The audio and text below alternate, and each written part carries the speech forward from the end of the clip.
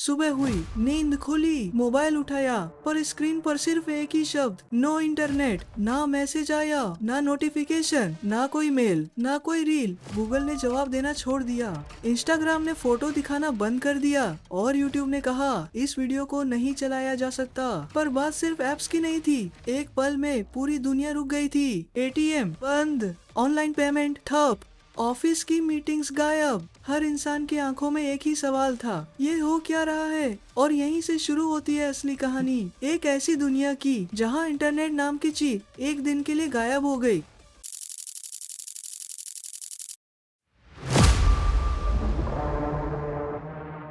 तुम सोच रहे हो अरे यार एक दिन के लिए चला गया होगा, कोई बात नहीं। पर सच ये है, ये एक दिन तुम्हारे दिमाग की वायरिंग तोड़ देगा, क्योंकि इंटरनेट अब लग्जरी नहीं रहा, वो तुम्हारा डिजिटल ऑक्सीजन बन चुका है। तुम्हारे दिमाग को हर 2 मिनट में चाहिए एक नया नोटिफिकेशन, एक नई रील और एक नया डोपामिन शॉट। और जब ये सारी डिजिटल चीजें एकदम से बंद हो जाती हैं, तो तुम्हारे दिमाग में बेचैनी शुरू हो जाती है। वैसी ही बेचैनी जैसी किसी नशे के आदी इंसान को उसके नशे के बिना होती है। तुम्हें लग सकता है मैं तो कंट्रोल में हूँ, पर साइंस कुछ और कहती है। हार्वर्ड की 2023 की स्टडी बताती है एक औसतन युवा दिन में औसतन 180 बार अपना मोबाइल चेक करता है, बिना किसी रीजन के, सिर्फ डोपामिन के लिए। तो अब सोचो, जब पूरा इंटरनेट चला गया तो सबसे पहले क्या क्रैश हुआ? सर्वर्स नहीं, तुम्हारा माइंड। सोचो, न सिर्फ व्हाट्सएप रुका, बल्कि वो भी रुक गया जिस पर तुम्हारी जिंदगी चलती है। अमेजोन से कुछ ऑर्डर नहीं हो रहा था, जोमेटो से खाना नहीं आ रहा था,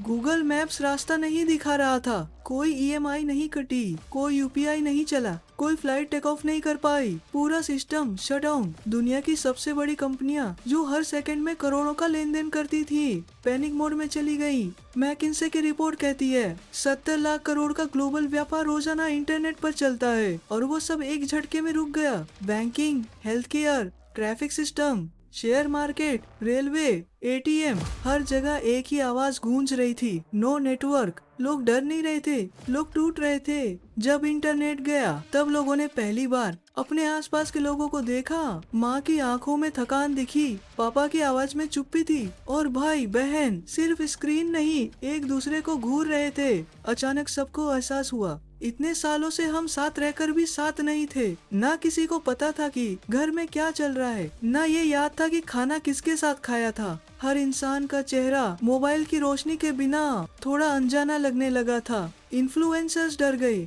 अब हम ट्रेंडिंग कैसे होंगे। स्टूडेंट्स कंफ्यूज्ड थे, अब नोट्स कहाँ मिलेंगे। और तुम्हारा दिमाग पहली बार अपनी खुद की आवाज सुन रहा था। पर धीरे धीरे जब शोर कम हुआ तो लोगों को एक और चीज महसूस हुई, शांति की। ना कोई फालतू कॉल, ना एंडलेस स्क्रॉल, ना सीन का प्रेशर, ना लास्ट सीन की एंजाइटी। कई लोग बोले ये सबसे पीसफुल दिन था मेरी जिंदगी का। और बस यहीं से एक खतरनाक सवाल उठने लगा, क्या ये सब एक गलती थी या एक प्रयोग? कुछ लोग कह रहे थे ये एक प्लान ग्लोबल एक्सपेरिमेंट था, ताकि ये देखा जा सके कि इंसान इंटरनेट के बिना कितना सरवाइव कर सकता है या नहीं। एक दिन के लिए सब कुछ बंद करके पूरी दुनिया को डिजिटल रिहैब में डाल दिया गया था। और फिर जो डेटा मिला वो डरावना था। शायद हमने टेक्नोलॉजी को बनाया था, पर अब वो हमें चला रही थी। हमने इंटरनेट को अपने आंसर्स के लिए इस्तेमाल किया, पर असली सवाल कभी पूछे ही नहीं। क्यों हम हर सेकंड में वैलिडेशन ढूंढते हैं?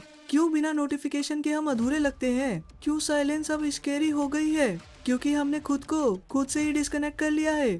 इसलिए शायद इंटरनेट का जाना बुरा नहीं था, वो तो बस एक आईना था जो दिखा गया कि हम कनेक्टेड नहीं, बस डिस्ट्रैक्टेड थे। तो एक सवाल आपके लिए, अगर कल फिर इंटरनेट चला गया, क्या तुम सच में रेडी हो? अगर तुमने ये वीडियो यहाँ तक देखा तो तुम हो उन टॉप 3% लोगों में हो जो दुनिया को थोड़ा गहराई से समझना चाहते हैं। तो अब कमेंट करो, मैं खुद से दोबारा जुड़ना चाहता हूँ।